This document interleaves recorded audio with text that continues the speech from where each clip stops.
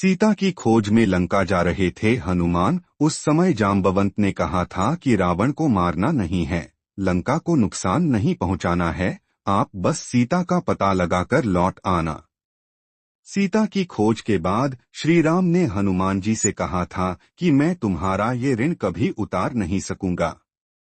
श्री रामचरितमानस में देवी सीता की खोज करते हुए हनुमान जी, जाम्बवंत, अंगद और अन्य वानर दक्षिण दिशा में समुद्र किनारे पहुंच गए।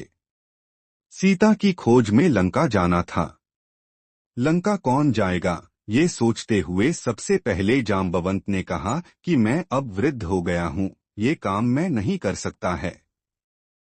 जाम्बवंत के बाद अंगद ने भी अपनी शक्तियों पर संदेह किया और कहा कि मैं लंका तक तो जा सकता हूँ, लेकिन वापस लौटकर आ सकूंगा या नहीं, मुझे ये संदेह है।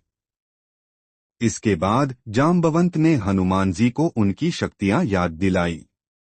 जाम्बवंत ने हनुमान जी से कहा कि हे तात, इस संसार में ऐसा कौन सा कठिन काम है जिसे तुम नहीं करते हो।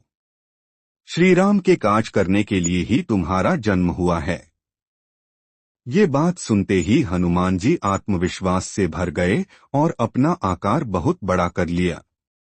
आत्मविश्वास से भरे हनुमान जी ने कहा कि मैं ये समुद्र खेल खेल में ही पार कर लूंगा और रावण को मारकर त्रिकूटा पर्वत को उठाकर यहाँ लेकर आ सकता हूँ। हनुमान जी का आत्मविश्वास देखकर जाम्बवंत ने कहा कि आप ऐसा कुछ मत करना, आप सिर्फ लंका में सीता को देखकर लौट आना।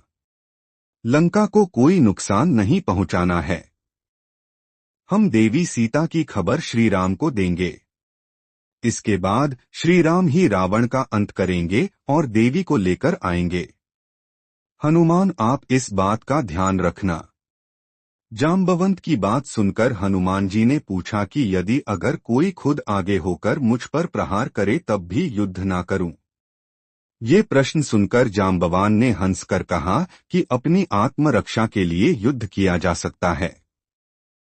इसके बाद हनुमान जी ने लंका के लिए प्रस्थान किया। लंका पहुंचकर उन्होंने आत्मरक्षा के लिए युद्ध भी किया। रावण के कहने पर हनुमान जी की पूंछ में आग लगा दी गई। इसके बाद उन्होंने पूरी लंका को जला दिया था।